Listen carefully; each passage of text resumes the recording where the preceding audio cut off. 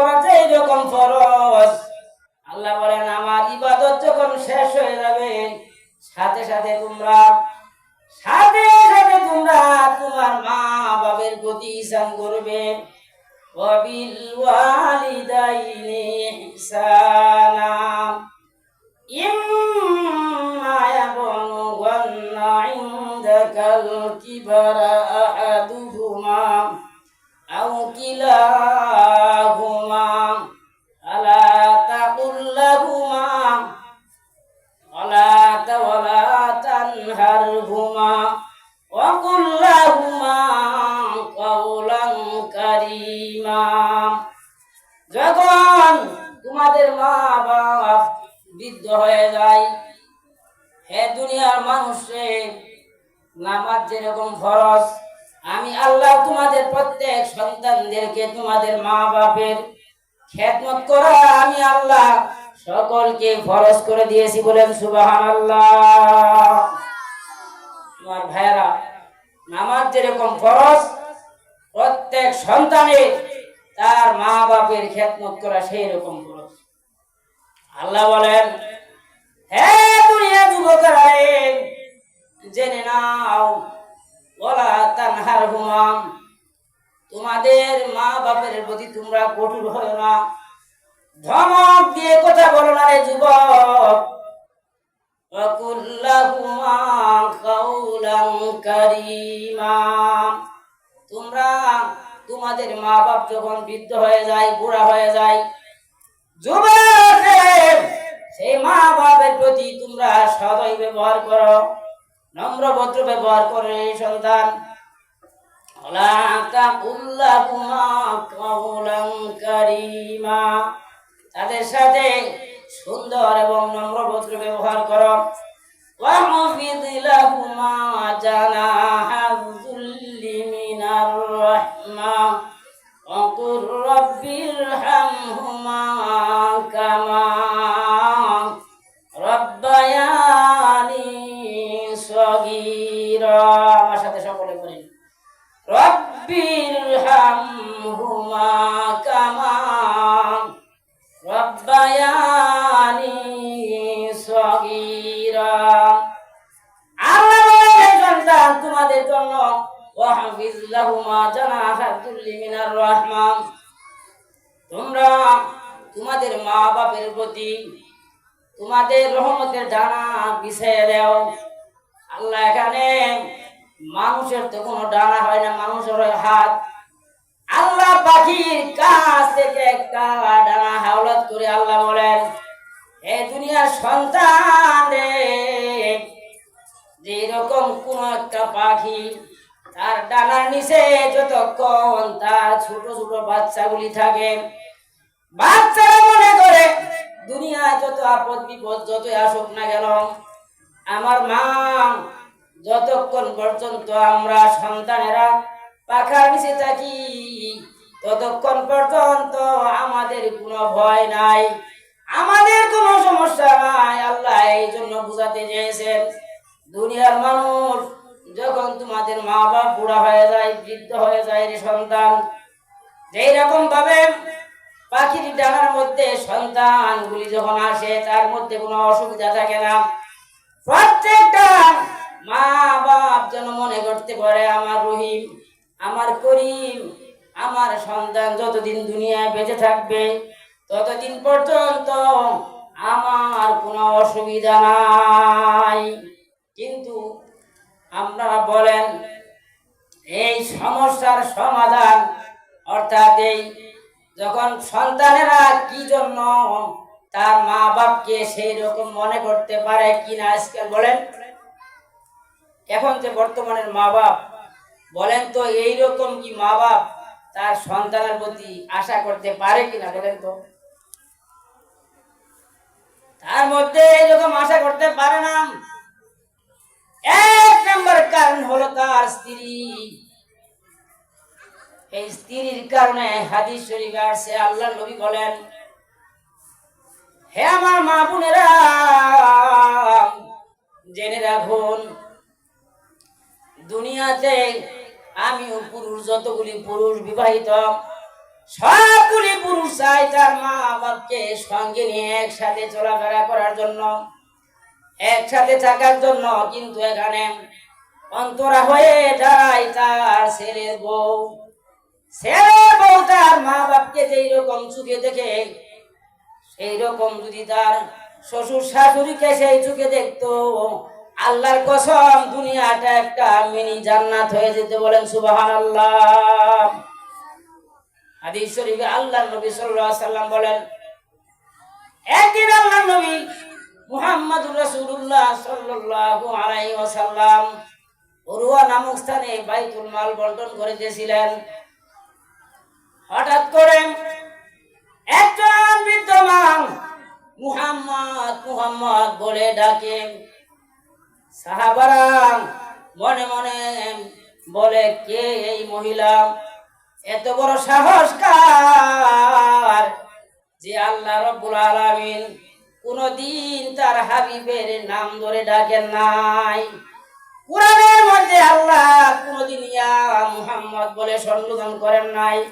আল্লাহ বললেন, ইয়া আইয়ুহাল মুজাম্মিল, ইয়াসিন, তাহা। কোনদিন আল্লাহ মুহাম্মদ নাম ধরে ডাকেন নাই। সেই মহিলা কে রে? একজন বৃদ্ধ মহিলা। সেই মহিলা বলতেছে মুহাম্মদ মুহাম্মদ বলে যখন সম্বোধন করলেন, সাহাবারা রাগান্বিত হয়ে গেল। সেই কে মহিলা? একজন সাহাবী এসে বললেন, হে বুড়িমা, আপনি কার কাছে যেতে চান বলেন? মুহাম্মদ কোথায়? তখন মুহাম্মদ সাল্লাল্লাহু আলাইহি সাল্লামের কাছে গেলেন। আল্লাহর নবী বৃদ্ধ মহিলাকে দেখে দাঁড়িয়ে গেলেন এবং তার কিতাবে আসছে তার নিজের পাগড়ি মুবারক এবং না হয় তার চাদর মুবারক সেই মহিলার জন্য সেখানে বিছিয়ে সেই মহিলাকে বসতে দিলেন। বলেন সুবহানাল্লাহ। সাহাবাগণ আশ্চর্য হয়ে গেলেন, ইয়া রাসূলুল্লাহ, সেই মহিলাকে গো? আল্লাহ রাসূল বললেন, হে আমার সাহাবীরা রে, আমার জীবনে আমার মা বাপের ভাগ্য সেরকম হয় নাই। কিছুদিন পরে আমার জন্মের পূর্বে আমার পিতা ইন্তিকাল করেছেন। কিছুদিন আমার মাকে পেয়েছিলাম রে সাহাবীরা। আমার সেই মহিলা হলো আমার দুধ মা বিবি হালিমাতুস সাদিয়া। মহিলা রে, আমি তো আমার মা বাপকে জীবিত পাই নাই। হে মা, আল্লাহ রাসূল সেই দুধ মাকে তিনি সেখান থেকে বাইতুল মাল তার নিজ হাতে মাথায় করে সেই মহিলাকে বিদায় করে দিলেন। বলেন সুবহানাল্লাহ। আল্লাহ বলেন, আনিশকুরুলি ওয়ালি ওয়ালিদাইকা ইলাইয়াল মাসির। আল্লাহ বলেন, দুনিয়ার মানুষে আমি আল্লাহর কৃতজ্ঞতা প্রকাশ করো। আমি আল্লাহর কৃতজ্ঞতা যখন প্রকাশ হয়ে যায়, তোমরা ওয়ালি ওয়ালিদাইকা তোমাদের মা বাপের কৃতজ্ঞতা প্রকাশ করো। হে আমার ভাইরা, এক সাহাবী বলল, ইয়া রাসূলুল্লাহ সাল্লাল্লাহু আলাইহি ওয়াসাল্লাম, হুজুর, আমি আমার মায়ের হক আদায় করে ফেলেছি। আল্লাহ নবী বললেন, সাহাবীরে, কিভাবে তুমি তোমার মায়ের হক আদায় করলে রে সাহাবী? সাহাবী বলে, ইয়া রাসূলুল্লাহ সাল্লাল্লাহু আলাইহি ওয়াসাল্লাম, আমি আমার বৃদ্ধ মাকে কাঁধে করে ঝুড়িতে করে গো হুজুর, আমি হজ্জের সবগুলি কাজ আঞ্জাম দিয়েছি, সবগুলি কাজ আমি করেছি। ইয়া রাসূলুল্লাহ, আমি আমার মায়ের হক আদায় করে ফেলেছি। আল্লাহ নবী বললেন, হে সাহাবী রে, তুমি যে তোমার মা যখন তোমাকে প্রসবকালে উহু শব্দটা করেছিল রে সাহাবী, সেটাই তুমি এখন পর্যন্ত তোমার মায়ের হক আদায় করতে পারেনি। আল্লাহ রাসূল বলেন, কোন সন্তান যদি তার শরীরের চামড়া দিয়ে মাতা পিতার জন্য সে কি করে, তার মাতা পিতাকে জুতা বানিয়ে দেয়, ততক্ষণ পর্যন্ত তার সন্তানের মায়ের যে এক ফোঁটা শাল দুধ সেটার হক আদায় করা হবে না। সুবহানাল্লাহ। লা ইলাহা ইল্লাল্লাহ।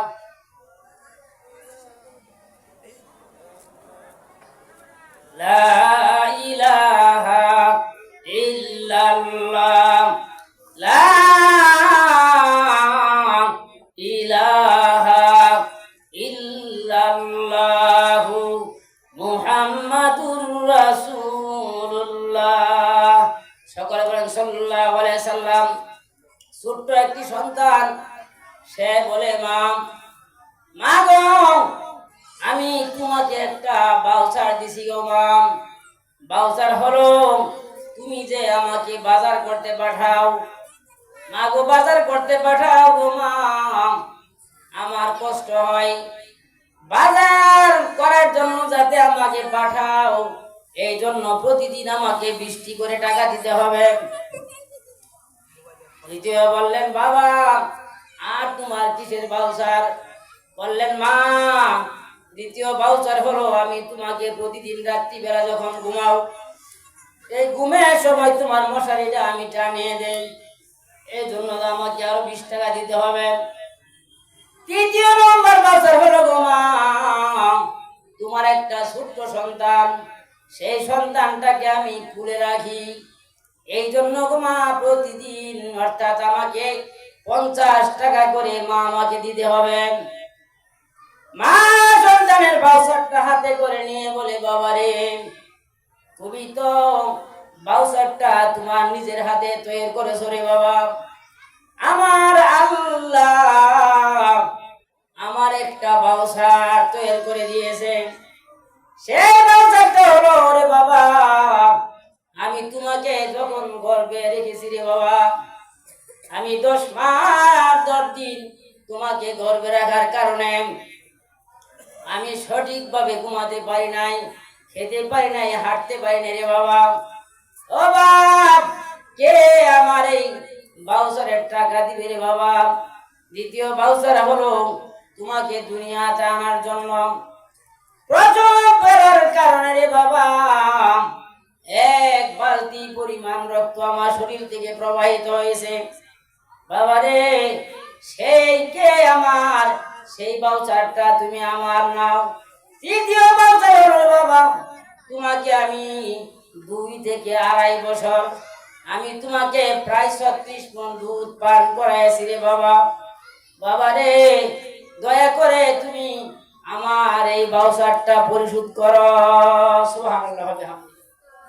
একটা সন্তান কিতাবে আসছে, দৈনিক যদি প্রতিদিন একটা মায়ের স্তন থেকে 2 থেকে 2.5 কেজি দুধ পান করে, এইভাবে হিসাব করলে প্রায় 36 থেকে 38 মণ দুধ একটা সন্তান খেয়ে থাকে। এই জন্য আল্লাহ তাআলা বলেন, হাদিস শরীফে আছে, আল্লাহ নবী সাল্লাল্লাহু আলাইহি সাল্লাম বলেন, আল জান্নাতু তাহতা আল আকদামিল উম্মাহাত। এই দুনিয়ার সন্তান রে, আমি আল্লাহ রাসূল বলে দিলাম, প্রত্যেক মাতা পিতার পদতলে আল্লাহ তাদের জান্নাত রেখে দিয়েছে। বলেন সুবহানাল্লাহ। এক কুলঙ্গার এক ওয়াজ মাহফিল শুনেছে, শুনে বলে, আমি আজকে একজন আলেমের কাছ থেকে শুনেছি মাতা পিতার পদতলে নাকি জান্নাত। সেই ব্যক্তি এরকম ভাবে হাতটা চলে তার মাকে বলে, মা তুমি দাঁড়াও, তোমার পায়ের নিচে আমি কোদাল দিয়ে গর্ত করি, দেখি আল্লাহর জান্নাত পায় কিনা। আমার ভাইরা বলেন, আসলে কি এই জান্নাত কি দুনিয়ায় না পরকালে? বলেন তো। পরকালে। আর সেই কুলঙ্গার, সে তার হাসি ঠাট্টা চলে, সে তার দুনিয়া এরকম জমিন থেকে বলে, মা তোমার পায়ের তলে নাকি জান্নাত, দেখি সেই জান্নাত কোথায়। আল্লাহ নবী সাল্লাল্লাহু আলাইহি সাল্লাম বলেন, আল্লাহ রাসূল একদিন মসজিদে নববীতে যখন খুতবার দিন প্রথম সিঁড়িতে পা রাখলেন, বললেন, আমিন, আল্লাহ তুমি কবুল করো। দ্বিতীয় সিঁড়িতে যখন পা রাখলেন আল্লাহ রাসূল বললেন আমিন, আল্লাহ তুমি কবুল করো। তৃতীয় সিঁড়িতে যখন পা রাখলেন বললেন আল্লাহ আমিন, আল্লাহ তুমি কবুল করো। সাহাবাগণ প্রশ্ন করলো, ইয়া রাসূলুল্লাহ সাল্লাল্লাহু আলাইহি সাল্লাম, কোনদিন তো জুমার দিন আপনি তো এইরকম ভাবে অতিরিক্ত তিনবার আমিন আমিন বলেন নাই, হুজুর কারণ কি আজকে আপনি অতিরিক্ত তিনবার আমিন বললেন, তার কারণ বলেন। আল্লাহ নবী বললেন, হে আমার সাহাবীরা রে, এইমাত্র জিবরাইল আমিন আলাইহিস সালাম আমাকে বলে গেল, যেই ব্যক্তি তার মাতা পিতাকে বৃদ্ধ বসে পেল, যেই সন্তান তার মা বাপকে জীবন্ত অবস্থায় বৃদ্ধ বসে পেল রে সাহাবী, সেই সন্তান যদি তার মা বাপের খেদমত করে জান্নাতবাসী হইতে না পারে, আল্লাহ রাসূল বললেন সাহাবী শুনে রেখো, জিবরাইল আলাইহিস সালাম তাকে অভিশাপ করেছেন, যেই সন্তান বৃদ্ধ বয়সে তার মা বাপকে পেয়েও তার সন্তানের মা বাপের খেদমত করে জান্নাতবাসী হতে পারে নাই, সেই ব্যক্তি ধ্বংস হোক। আমি আল্লাহ রাসূল বললাম আমিন, সাথে সাথে আল্লাহর দরবারে দোয়াটা কবুল হয়েছে, বলেন সুবহানাল্লাহ। দ্বিতীয় সিঁড়িতে যখন আমি পা রাখলাম আল্লাহ নবী বললেন, হে আমার সাহাবীরা রে, যেই ব্যক্তি রমজান মাস পেল, রোজার মাস পেল রে সাহাবী রে, সে রমজান মাস পেল কিন্তু ভালো কাজ করে রমজানের রোজা রেখে, অর্থাৎ এই সিয়ামের মাস পেয়ে তার জীবনের গুনাহ মাফ করাইতে পারে নাই, সেই ব্যক্তি ধ্বংস হোক। তখন আমি বললাম আমিন, আল্লাহ তুমি কবুল করো। সাথে সাথে আল্লাহর দরবারে দোয়াটা কবুল হয়ে গেছে, বলেন সুবহানাল্লাহ। তৃতীয় সিঁড়িতে যখন আমি পা রাখি তখন জিবরাইল আমিন আলাইহিস সালাম বললেন, ইয়া রাসূলুল্লাহ, যেই ব্যক্তি মুহাম্মদ নাম শ্রবণ করলো, মুহাম্মদ নাম শুনেছে কিন্তু তার উপর দুরূদ পড়ে নাই রে সাহাবী, জিবরাইল আমিন বললেন সেই ব্যক্তি ধ্বংস। আমি বললাম আমিন, আল্লাহ তুমি কবুল করো। সাথে সাথে আল্লাহ এই দোয়াগুলি কবুল করেছেন, বলেন সুবহানাল্লাহ। লা ইলাহা ইল্লাল্লাহ, লা ইলাহা ইল্লাল্লাহ।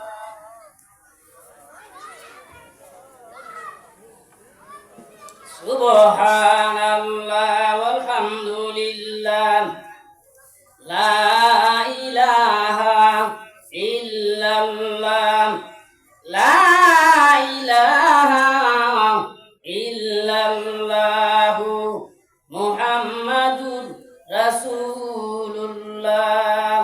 আল্লাহ বলেন ইয়াসআলুনাকা মাযা ইউনফিকুন, আল্লাহ বলেন দুনিয়ার মানুষে তোমরা যখন ইনকাম করতে জানো, কাজ করতে শিখো, টাকা পয়সা রোজগার করতে পারো রে বান্দা, বান্দারে 9 প্রকার মানুষের জন্য তোমরা ব্যয় করবা, এই ব্যয়টা আমি আল্লাহ তোমাদের কোনোদিন হিসাব নিব না, বলেন সুবহানাল্লাহ। আমরা যে কামাই করি, রোজগার করি 9 প্রকার লোকের জন্য।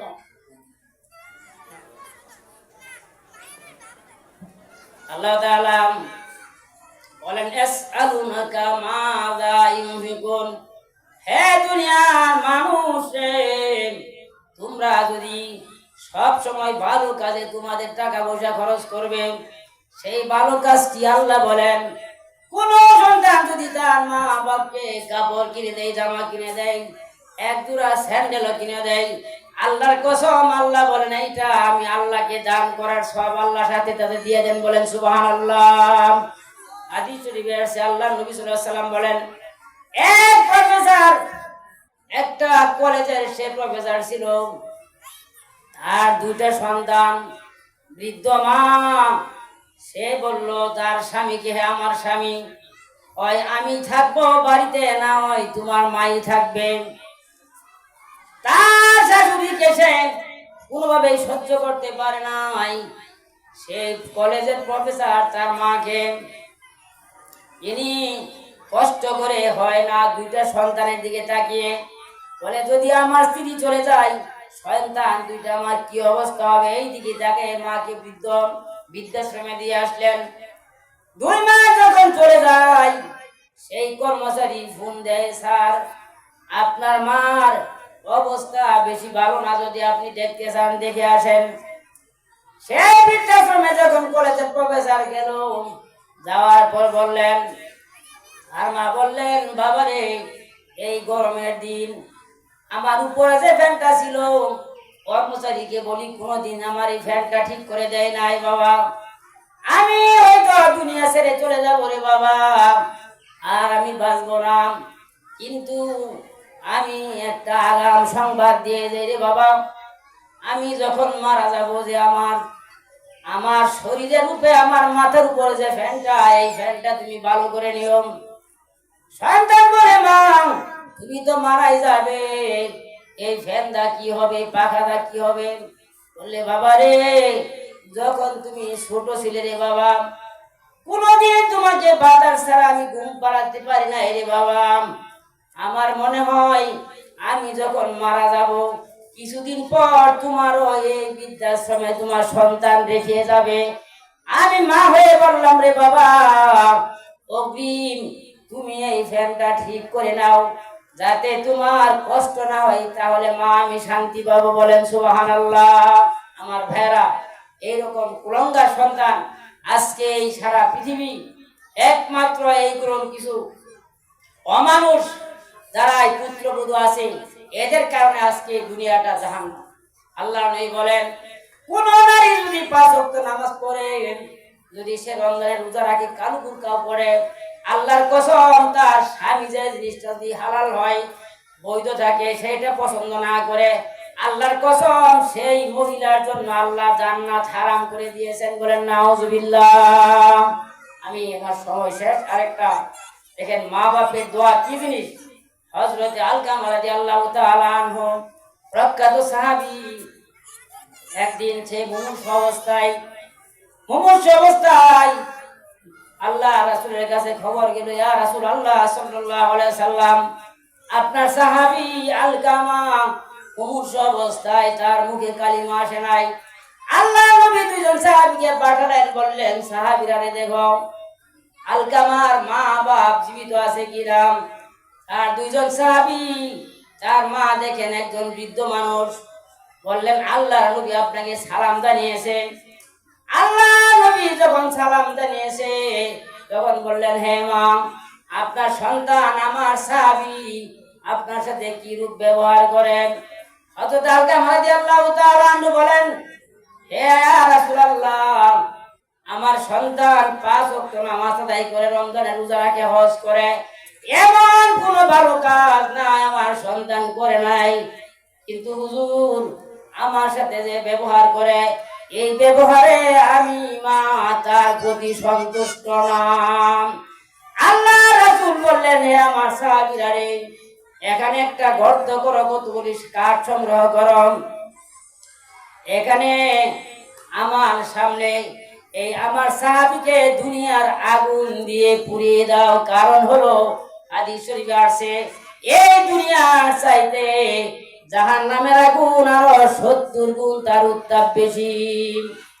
এই কথা শুনে আল্লাহ রাসূলের সাথে তার মা যখন বললেন, ইয়া রাসূলুল্লাহ, আমি তো মা, হুজুর আমি মা হয়ে আমার সামনে আমার সন্তান আগুনে পুড়বো, ওগো আল্লাহ রাসূল আমি তো সইতে পারবো না। যখন তার মা তাকে ক্ষমা করে দিলেন, মাফ করে দিলেন, সাথে সাথে সাহাবীর মুখে পড়েছেন, সকলে পড়েন, লা ইলাহা ইল্লাল্লাহু মুহাম্মাদুর রাসূলুল্লাহ সাল্লাল্লাহু আলাইহি সাল্লাম। এই কথা বলে পরে তিনি কালিমা নসিব হয়ে দুনিয়া থেকে বিদায় নিলেন। বলেন সুবহানাল্লাহ। ভাইরা আমার, সময় শেষ, অনেক আলোচনা ছিল, অনেক সম্মানিত মেহমান আছে। আমি আপনাদের সকলকে অনুরোধ